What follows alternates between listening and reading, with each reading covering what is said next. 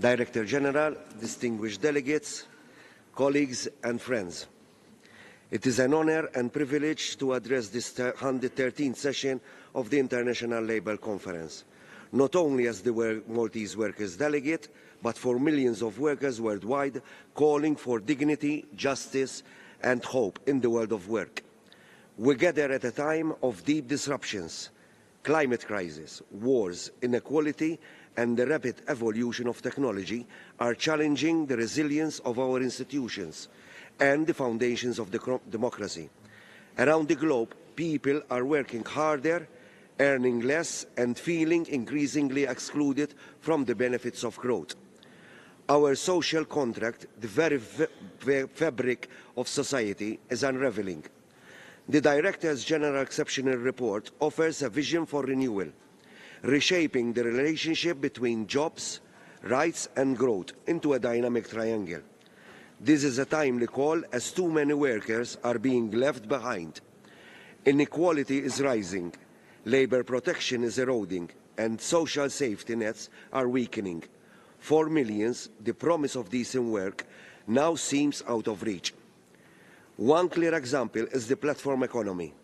It promises innovation and flexibility, but too often delivers exploitations. Workers managed by algorithms and denied basic rights, misclassified, abused and underpaid. This is not the future we want, and this is not the future we will accept. That is why the Maltese trade union movement supports the ILO initiative for a binding convention, supported by a recommendation on the platform economy.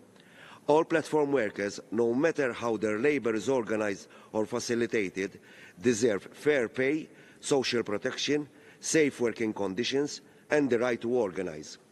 In Malta, we have seen this injustice up close in food delivery and transport.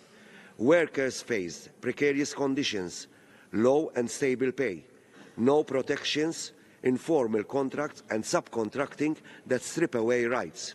In response, the government, together with social partners, introduced the Digital Platform Delivery Wage Council and regulation orders, a groundbreaking law that grants clear employment status and minimum rights to these workers. The Workers' Union has led this fight from the very beginning. We were the first in Malta to rise this abuse and exploitation. We were the first to unionise platform workers, and we continue to work hard to ensure these new laws are implemented, adhered and enforced, to make sure abuses are reported and addressed, and that platform workers are treated with dignity and security every worker deserves. But this injustice is not just about platform work, it's about the direction of our economies. While productivity soars, wages stagnate and inequality and precarity grows. Living wages supported by strong collective bargaining must become the norm. Workers deserve a fair share of the wealth they create. Dignity, respect and fair conditions are not buzzwords. They reflect social justice, solidarity and our society's values.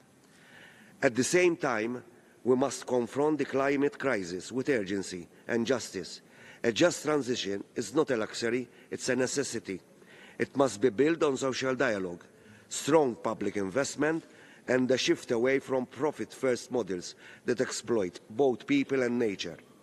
This transition must empower workers and communities, ensuring that new green jobs are not only sustainable but also decent and fair.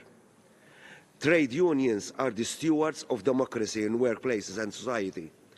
In times of instability, we anchor our communities in solidarity and build trust through dialogue. Together with the ILO, we must rebuild a social contract rooted in shared prosperity, indisposability and democratic governance. A contract where no worker is disposable, where platform workers have rights, where wages are fair, where the green transition is just and where every voice matters. Finally, I speak not only as a Secretary General, but a global citizen committed to dignity, justice and human rights. The atrocities in Palestine demand our full attention and urgent action. Over 54,000 Palestinians, 6,000 of them children, have been killed in the indiscriminate attacks. Homes have been reduced to rubble, and famine looms. Desperate civilians have been gunned down while queuing for food.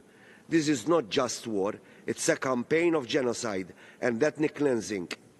At this critical moment, silence is complicity.